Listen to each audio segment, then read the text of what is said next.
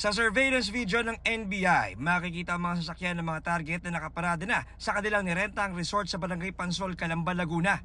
Sa loob ng resort, kita sa CCTV ang umunoy subuan ng illegal na party drugs sa mga bisita ng isang lalaki sa isang birthday party. Pagkakuha ng senyas, sumalaki na ang mga tauhan ng NBI Dangerous Drugs Division at Organized and Transnational Crime Division. Inabutan sa sala ang droga sa ilalim ng mga upuan. Ganon din sa may swimming pool habang may lalagyan ng kush sa kanilang lamesa. Sa ikalawang palapag, tumambad sa otoridad ang dalawang Yemeni national na dati nang nahuli ng NBI 3 taon na nakakaraan dahil sa pagbebenta ng party drugs sa mga bar sa Metro Manila. At dito naman sa kwartong ito, mga kapuso, ito mayroon dalawang nakadapa dito ngayon. Itong naka-plastic na yan, hinihinalang ecstasy.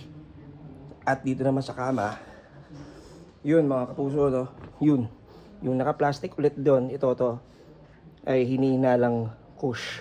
Nakatanggap na informante natin na magkakaroon ng PAT session summer in Laguna.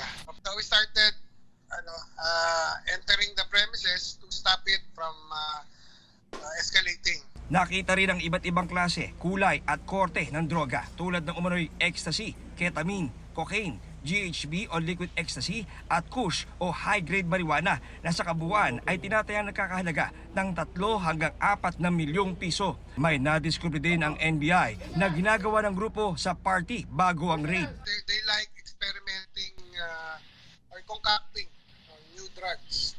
Pinaghalo-halo nila yun. Yung mga naka-fake ng mga pinagagawa nila ay nagko-collapse. Nangingisay. Pinili ko po yung lahat po yun dyan. Mas dumadami friends ko pag mga party.